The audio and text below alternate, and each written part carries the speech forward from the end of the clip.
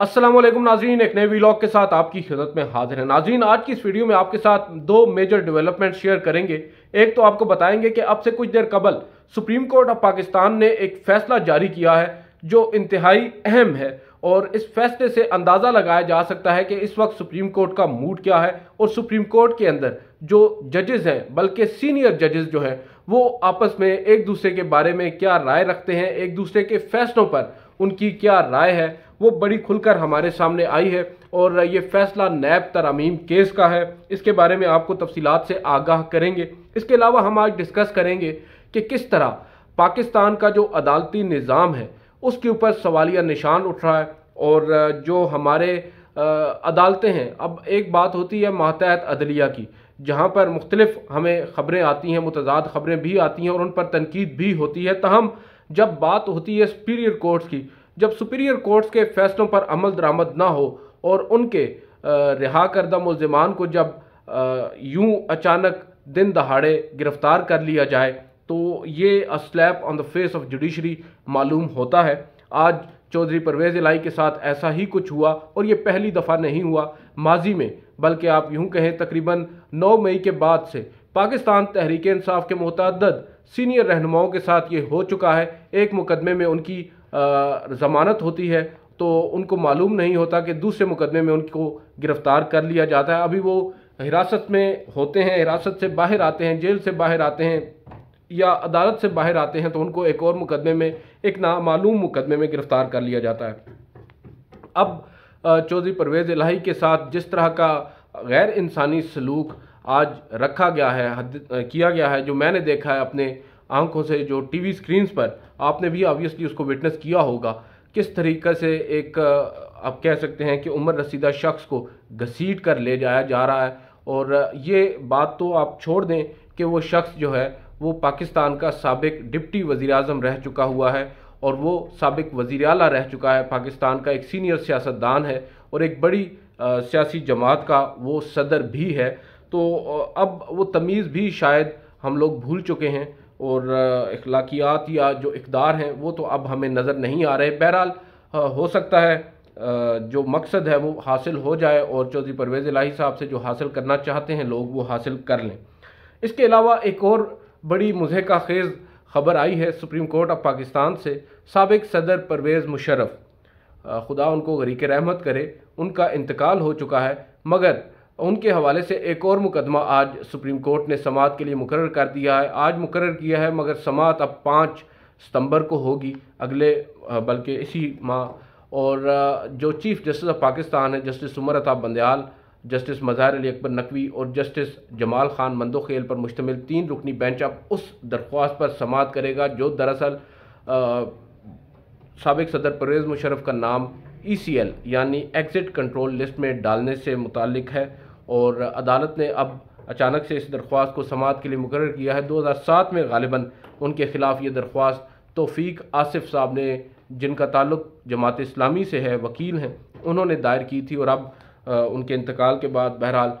Supreme court ने इस दरख्वास्त को समाअत के लिए मुकर्रर किया है, और चीफ जस्टिस ऑफ पाकिस्तान के क्रेडिट पर एक और केस जाता है जिसको अब वो बहुत जल्द निपटाने वाले हैं गैर मौसर होने की बुनियाद पर। अब एक मजाक सा बनकर रह गया है कि केसेस सुप्रीम कोर्ट में पेंडिंग होते हैं, और जब मुकदमात गैर मौसर हो जाते हैं तो अदालत उनको समाअत के लिए मुकर्रर कर देती है, या यूं कहिए कि गैर मौसर होने के बाद उनका नंबर आता है। और ये एक बहुत बड़ा अब अदालती निज़ाम पर सवालिया निशान है। एक जानिब तो अदालत जो है उसके फ़ैसलों की दिन दहाड़े धज्जियाँ बिखेरी जा रही हैं, दूसरी जानिब जो अदालती प्रोसेस है, अदालती निज़ाम है, वो भी हमारे सामने है, उसका जो तरीक़ाकार है। अब आते हैं हमारे इस वीडियो के मरकज़ी पॉइंट की तरफ। थोड़ी सी प्रोलॉन्ग हो गई है वीडियो।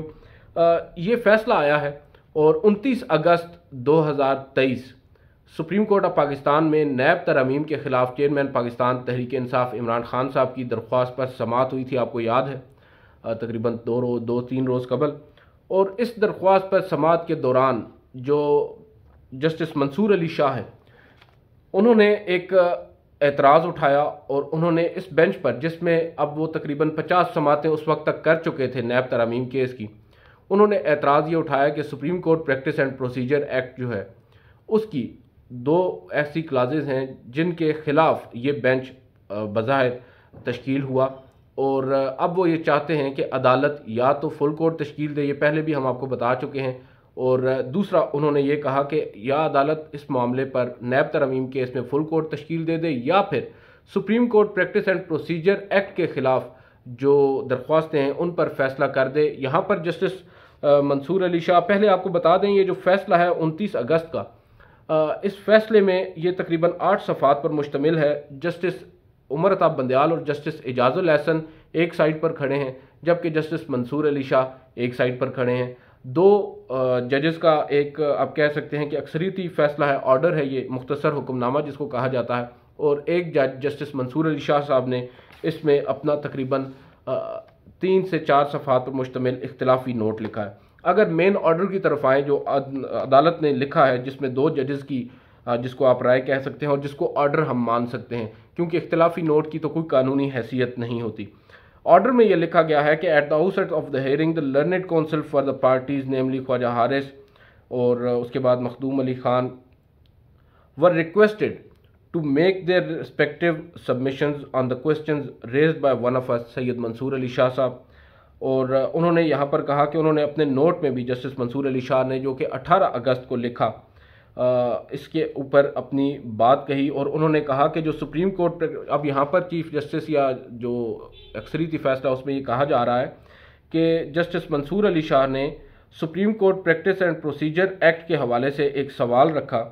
कि उस एक्ट के आने के बाद क्या जो मौजूदा केस है इसकी मज़ीद समाअत आगे हो सकती है।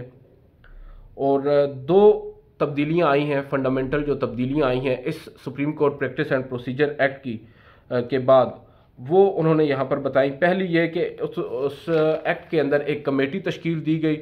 जिसमें चीफ जस्टिस और 2 सीनियर तरीन जजेस हैं सुप्रीम कोर्ट के, और जो तमाम जो केसेस हैं, अपीलें हैं बेंच के सामने 184(3) की, उन्होंने उसको समाअत के लिए मुकर्रर करना है। और दूसरा,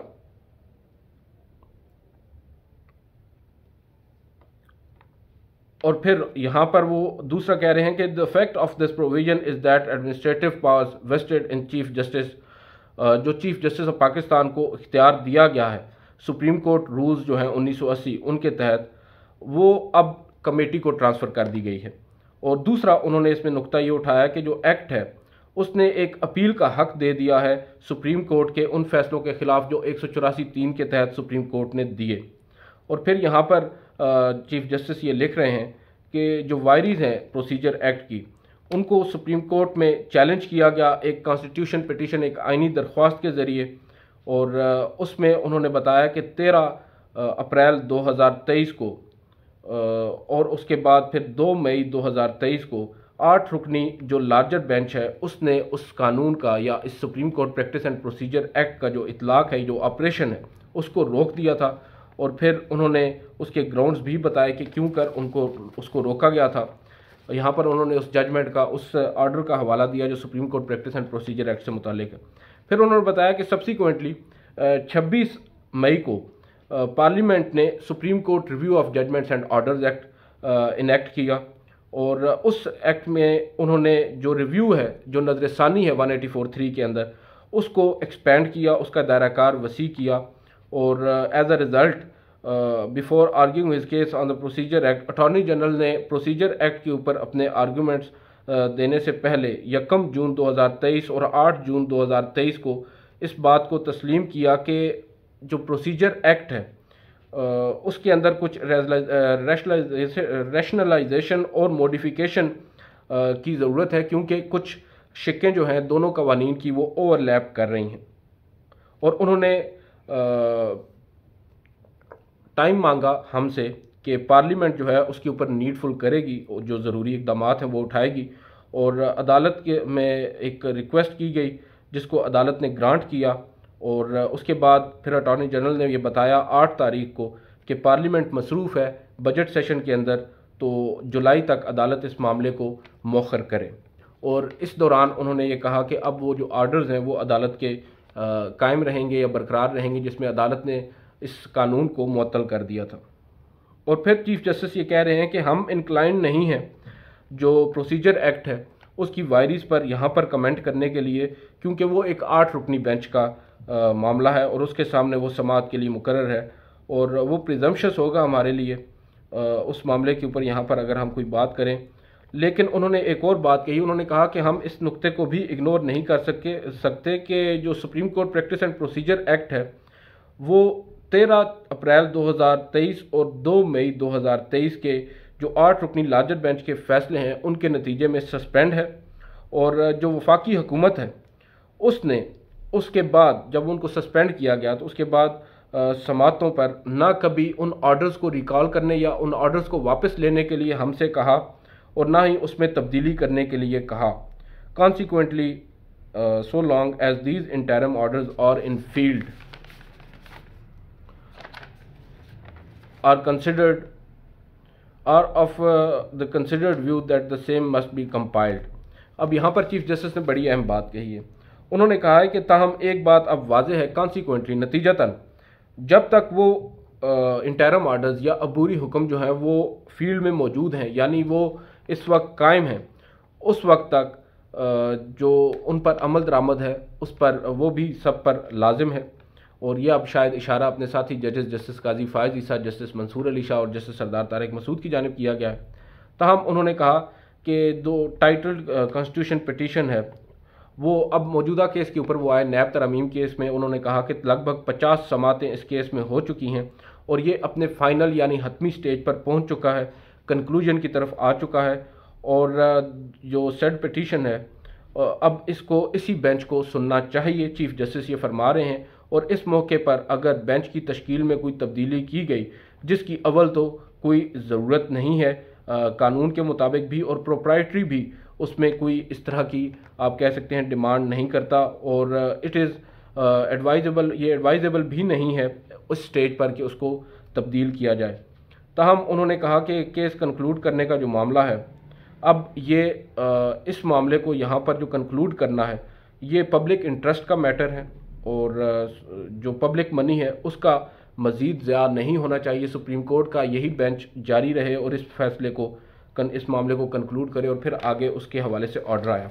अब ये जो फैसला है इसमें जस्टिस उमर अता बंदयाल साहब ने जस्टिस मंसूर अली शाह साहब के मौक़िफ़ को मुकम्मल आप कह सकते हैं कि डिफ़ाई किया है कि किस तरह वो ये समझते हैं कि अब जब 50 समातें हो चुकी हैं तो ये किसी भी सूरत मुमकिन नहीं है। और दूसरी जानिब उन्होंने यहाँ पर एक नुक्ता उठाया है कि आप ये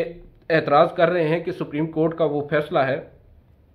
या सुप्रीम कोर्ट उस पर अपना आत्मी फैसला दे, मगर ये बात आप भूल रहे हैं कि हुकूमत ने है जिसने हमसे ये कहा था कि हम इस मामले को खुद टेकअप करेंगे। और अब आप ये कह रहे हैं, और हुकूमत भी अब आयरॉनिकली जो मखदूम अली खान साहब हैं हुकूमती वकील, उन्होंने भी कहा कि अदालत इस मामले पर फुल कोर्ट बनाए, जबकि उन्होंने अपने अटॉर्नी जनरल से नहीं पूछा कि उनकी दरख्वास्त पर अदालत इस मामले को टेकअप नहीं कर रही।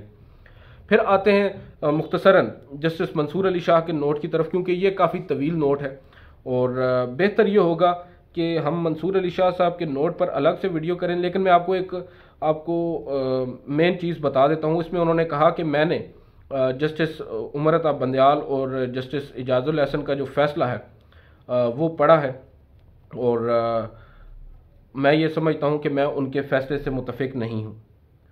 और फिर उन्होंने बताया कि किस तरह फुल कोर्ट का एक सवाल उन्होंने सामने रखा और बेंच जब तक अगर अदालत इस केस को डिसाइड करती है तो कम से कम उस केस को डिसाइड करे उससे पहले इस केस को मौखर किया जाए। फिर उन्होंने कहा कि मैं रिस्पेक्ट के साथ डिसएग्री करता हूं दोनों लर्नेड ब्रदर्स से। और फिर वो ये कह रहे हैं कि जो सेक्शन 3 है एक्ट का, supreme court practice and procedure act का, वो ये कहता है कि जो बेंच है 184(3) के तहत वो कॉन्स्टिट्यूट होगा कमेटी के ज़रिए, यानी वो मामला हमने आपको पहले बता दिया है। अब थोड़ा सा आगे बढ़ते हैं, इसको ज़रा हम स्विफ्टली इसको हम कवर कर लेते हैं।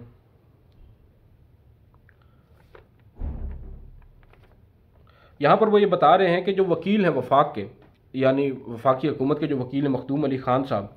उन्होंने भी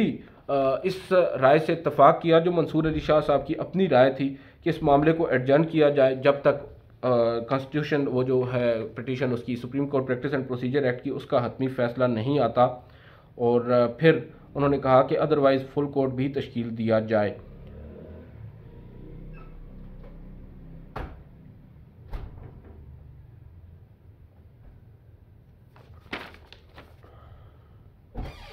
फिर यहाँ पर जो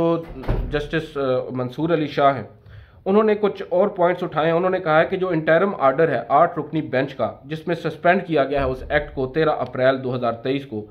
वो तकरीबन 4 माह पुराना है और उस वक्त से लेकर आज तक उस केस को, उसका फैसला तो दरकिनार, उस केस को भी मुकर्रर नहीं किया गया। और ये जो गैर ज़रूरी डिले है और इस मामले के अंदर, उससे जो कोर फंक्शनिंग है कोर्ट की, वो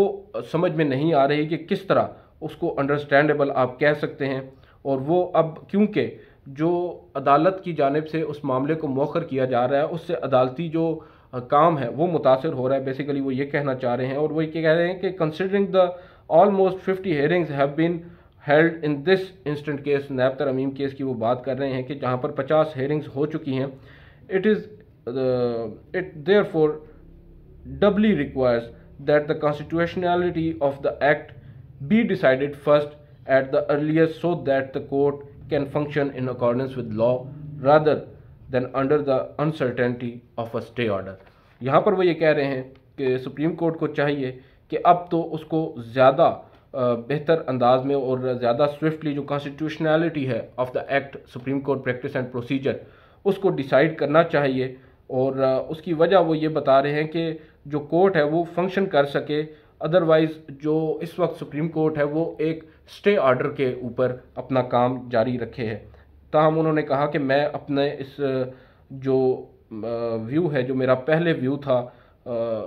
आर्मी एक्ट केस के अंदर, जो फौजी अदालतों से मुतल्लिक केस है, उसके अंदर भी उन्होंने यही व्यू लिया था और उस व्यू को आज वो फिर बरकरार रख रहे हैं और चीफ़ जस्टिस से इस्तदा कर रहे हैं कि वो फुल कोर्ट बनाए। ताहम फुल कोर्ट तो चीफ़ जस्टिस ने नहीं बनाया और आज चीफ़ जस्टिस ऑफ पाकिस्तान ने सुप्रीम कोर्ट के अंदर जस्टिस मंसूर अली शाह के उन सवालात का भी जवाब दिया जो उन्होंने नैब तरमीम के हवाले से उठाए और पार्लियामेंट की बालादस्ती की बात की, जिस पर चीफ़ जस्टिस ऑफ पाकिस्तान ने काफ़ी, आप कह सकते हैं कि बेहतर अंदाज में उनको समझाने की कोशिश की। आज की इस वीडियो से इतना ही, इजाज़त दीजिए, अल्लाह हाफ़िज़।